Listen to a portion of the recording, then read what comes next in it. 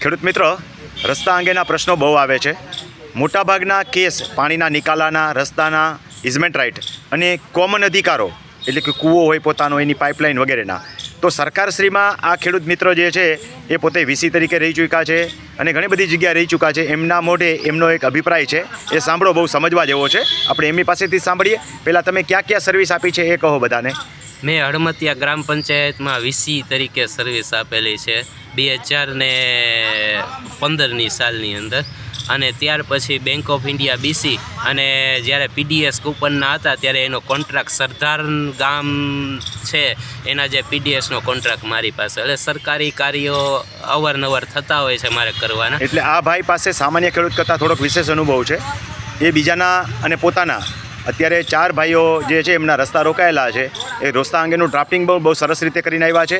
એ પોતે પણ મામકોર્ટમાં કેસ જીતી ગયા છે. એમના મોઢે સાંભળીએ. આ મામલતદાર કોર્ટની અંદર અમારો રસ્તો જે બંધ કરી અને જે સામેવાળાએ રસ્તો, એટલે એ કેસ અમે રજૂઆત કરી, ગૂગલ જે નકશો છે ઇમેજ કાઢી, અને એની અંદર અમે મામલતદારની અંદર કોર્ટ કેસ જીતી ગયા હતા. કોઈ વકીલ રાખેલા? વકીલ નહીં રાખેલા. જાતે સાહેબના વિડીયો જોઈ અને એના આધારે જાતે અરજી પ્રત્યુત્તર આપી અને એ કેસ અમે જીતેલા હતા સાહેબ મામલતદાર કોર્ટની અંદર. અચ્છા, હવે તમે જે કહેવામાં માગો છો એ બહુ અગત્યની બાબત છે. આ બાબતે હું પણ ધારાસભ્ય છે અને સરકારમાં રજૂઆત કરીશ, પણ તમારો સુઝાવ છે તમારા મોઢે જ કહો એટલે બધાને ખબર પડે. મને એ વિચારણા જ્યારથી સાહેબના વિડીયો જોઉં છું તો મારા ધ્યાનમાં એવું આવ્યું કે રસ્તા બાબત, પાણીના નિકાલ બાબત અને જમીનના ક્ષેત્રફળ અને બીજા એવા નાના બાબત ઘણા બધા કેસ ખેડૂતો મામલતદાર કોર્ટની અંદર આ હમણાં જવાનું થાય છે તો મારા ધ્યાનમાં આવ્યા. તો સરકાર જ્યારે કોઈ પણ જમીન છે એ વારસાઈ થાય કે કોઈ ખરીદી થાય ત્યારે એવું કહે છે કે નીલનો દાખલો આવે પંચાયતનો અને બેંકનો ને તે પછી જ ચડે છે. તો સરકારે એવો કાયદો કરે કે ભાઈ જેના રસ્તાનો, પાણીના નિકાલનો અને અન્ય ક્ષેત્રફળ આવી નાની જે ફરજિયાત વસ્તુ નોંધ કરી અને તે પછી જ એની જે નોંધ છે એ પડે, ત્યાં સુધી ન પડે. આવું જો સરકાર કાયદો કરે તો આવું મારા ધ્યાનમાં આવે છે, ધ્યાને લે તો બહુ સરકારને, મામલતદાર જે રેવન્યુના કામ છે સરકારને ભારણ ઘટે એમ છે. બીજી બાબત એવી છે કે જ્યારે આટલી પહેલાં સ્પષ્ટતા કરી દઉં.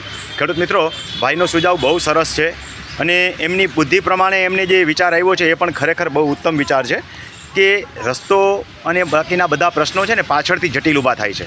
શરૂઆત જ્યારે હોય છે ને ત્યારે પ્રશ્નો હોતા જ નથી.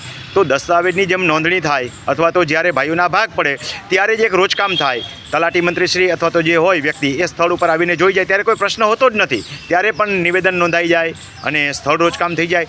તો એના થકી થશે એ કે ભવિષ્યમાં ખોટા કોર્ટ કેસ ઊભા નહીં થાય. પરિણામે જે કોર્ટ ઉપરનું ભારણ ઘટે છે, સરકારી અધિકારી જેમ કે પ્રાંતમાં જાઓ તો પ્રાંત આમાંથી કેસમાંથી જ નવરા નથી થતા. તલાટી મામલતદારમાં જાઓ તો મામકોર્ટમાંથી જ મામલતદાર નવરા નથી થતા. તો આવી બધી વસ્તુઓ સિવિલ કોર્ટમાં પણ આખરે જાય છે. તો જો આવી વસ્તુ પહેલેથી જ નોંધાયેલી હશે તો ખોટા કેસ કજિયા નહીં ઊભા થાય અને આખરે રેવન્યુ અધિકારી ઉપર અને કોર્ટ ઉપરનું ભારણ પણ ઘટશે. હજી એક ભાઈનો આગળનો સુઝાવ છે એ પણ સમજીએ.